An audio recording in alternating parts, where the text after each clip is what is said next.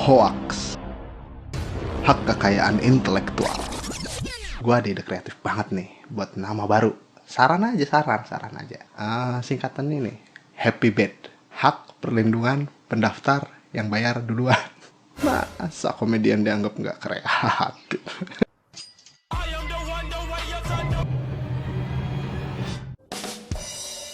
Hey guys, selamat datang di Mang Acuy Channel.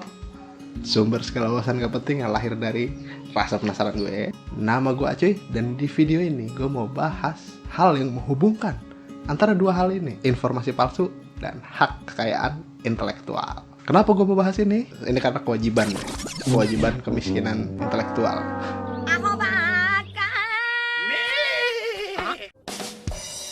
Dan buat kalian yang ingin dapat hak spesial buat dapat notifikasi video terbaru gue, langsung di laman YouTube kalian, jangan lupa buat subscribe dan bunyikan loncengnya. Balik lagi ke topik. Jadi apa sih yang menghubungkan antara informasi palsu dan hak kekayaan intelektual? Jadi dalam sejarah dunia ilmu pengetahuan dan informasi ada hal yang disebut fictitious entry, fake entries, atau bahasa Indonesianya nihil artikel. Ini artinya adalah entry fiktif yang sengaja dibuat untuk menjebak para plagiat dan melindungi hak cipta pembuatnya. Makanya sering juga hal ini disebut sebagai copyright trap, jebakan hak cipta.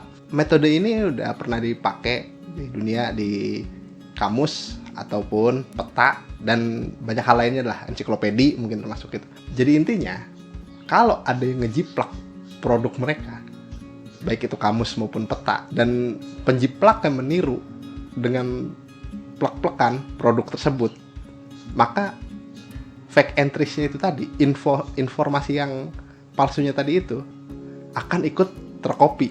Jadi ketahuan kalau dia meniru, dia menjiplak, dan info tersebut kan dikarang, palsu. Jadi sebenarnya nggak ada info tersebut, sengaja ada info salah yang dimasukkan untuk menjebak orang.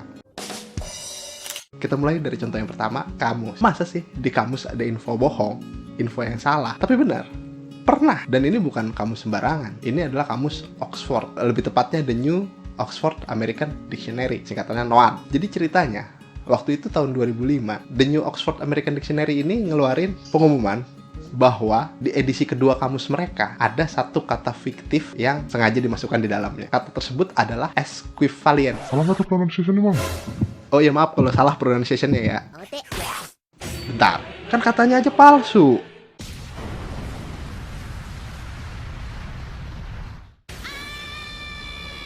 Oh, mungkin salah berarti gue nggak jadi minta maaf.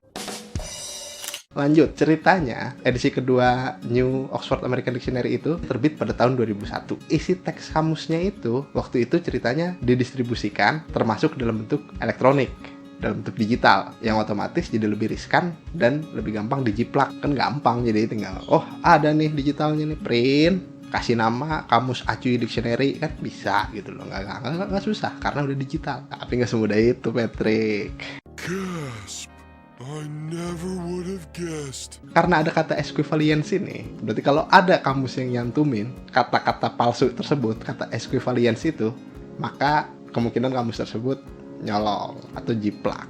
Apalagi kalau mereka nggak ngasih kredit, kalau mereka dapat ini dari Oxford, dari kamus Oxfordnya itu. Kalau ngasih kredit kan seenggaknya bisa berargumen, misalnya kayak gue udah riset nggak nemu nih kata ini, tapi gue percaya Oxford itu sumber terpercaya gitu loh, makanya gue masukin aja di kamus baru gue gitu. Tapi gue tulis menurut Oxford arti equivalence. Nah, ada beberapa kamus online yang terdeteksi mencantumkan kata equivalence ini, kayak dictionary.com, tapi sekarang udah dihapus intinya. Jadi kata karangan ini, equivalence ini, diartikan di kamus Oxford itu sebagai, kurang lebih kalau di bahasa Indonesia itu adalah kesengajaan untuk menghindar dari tanggung jawab. Wow, sarkas abis. Dan yang gue heran, di terjemahan online kayak Google Translate sama Bing, ini kata ini bisa diterjemahkan ke bahasa Indonesia loh. Artinya kalau di Google Translate itu kesetaraan, kalau di Bing itu artinya keimigrasian. Padahal kata bahasa Inggrisnya aja, kata sumbernya aja palsu. Kok bisa ada artinya? Jadi buat kalian nih yang masih sekolah, pengen kelihatan keren gitu kan, pengen cari muka ke guru bahasa Inggris kalian, bisa nih, kalian tunjukin aja kata ini, equivalence ini. Tanya, ini cara pronunciation-nya gimana bu? Terus artinya kalau di bahasa Indonesia apa? Tapi gue gak tanggung jawab kalau dimarahin ya.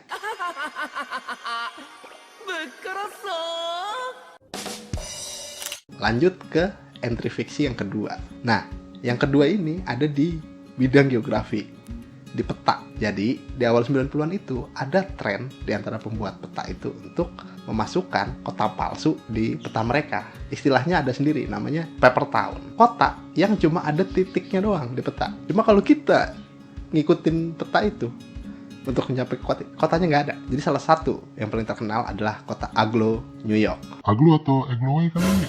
Oh, maaf kalau salah pronoun.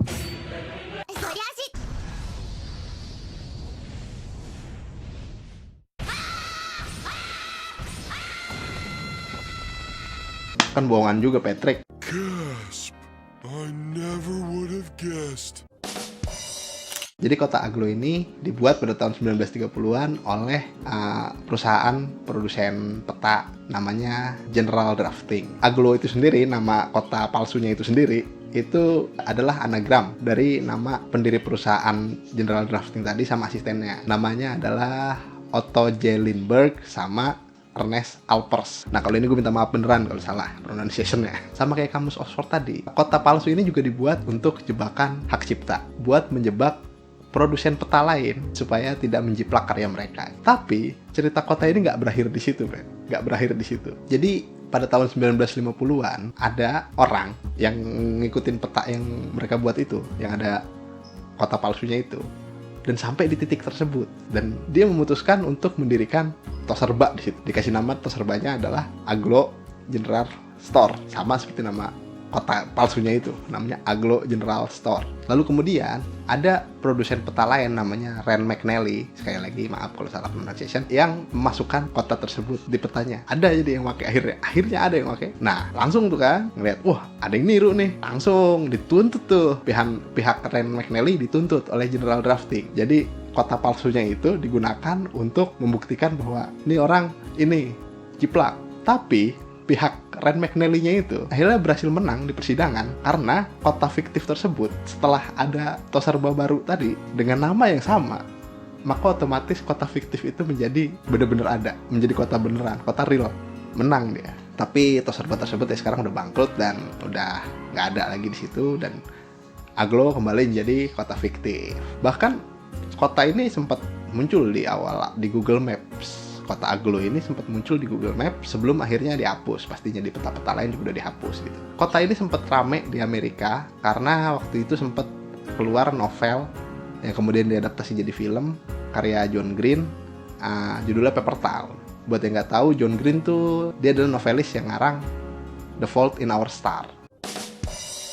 Kalau kalian tanya guru geografi kalian atau ahli geografi kenalan kalian, ilmu kartografi atau ilmu pembuatan peta itu adalah salah satu bidang paling sulit di geografi. Banyak faktor yang harus dipertimbangkan saat bikin peta dan banyak juga perhitungannya gitu loh. Skala itu bukan hal yang mudah untuk dihitung. Kalau mau jadi ahli menggambar peta, itu bukan hal yang mudah.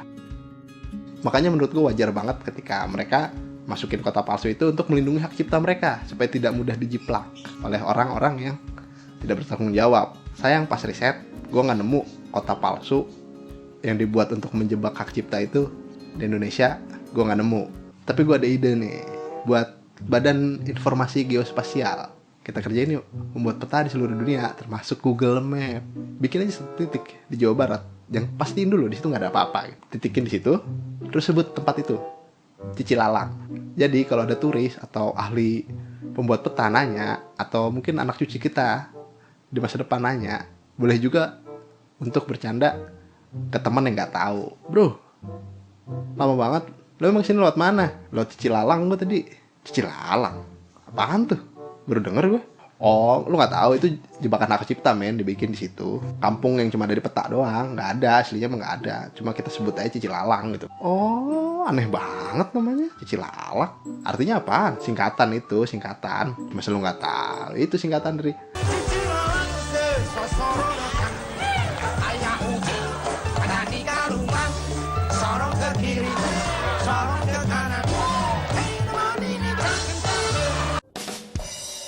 Nah, itulah tadi 2 contoh info palsu yang sengaja dicantumkan untuk melindungi hak cipta. Menurut gue pribadi ini tuh cara yang sangat elegan. Makanya gue juga melakukan hal yang sama persis di video ini. Jadi ada info detail palsu yang sengaja gue masukin di video ini. Makanya kalau setelah nonton video ini kalian gak riset sendiri atau langsung sombong pamer ke temen, kolega, guru kalian, atau bahkan kalau ada yang jiplak video ini langsung plek-plekan isinya, nggak apa-apa sih, cuma gue nggak menanggung resiko. Hati-hati guys dengan informasi, jangan langsung percaya begitu saja. Lakukan riset sendiri untuk memastikan dan meningkatkan pemahaman kalian. Gue juga bakal ngasih kredit ke YouTuber yang menginspirasi gue buat bikin video ini. Shout out buat Tautitu. Nah ini silahkan kalian mampir ke sana dan subscribe buat info-info menarik. Videonya keren-keren. Tapi ada yang kurang nih. Nggak afdol kayaknya kalau di video gue itu nggak ada referensi wibu. Makanya video ini bakal gue akhiri dengan referensi wibu yang masih berhubungan dengan hak cipta. Kalau kalian punya kenalan yang ngaku fans One Piece dan kalian mau tahu nih seberapa ngefans sih menurut dia sama One Piece, tanya aja nama karakter ini. Yang bener yang mana? Ini atau ini? Kalau jawabannya jadi panjang dengan penjelasan mengenai mistranslation, berarti dia fans berat banget. Tapi kalau jawabannya singkat, kemungkinan dia fans kasual, yang nggak apa-apa, jadi fans kasual tuh nggak apa-apa. Atau mungkin dia malas ngejelasinnya, kayak gue sekarang. Pokoknya selamat mencari tahu, dan sampai jumpa di video selanjutnya. Bye.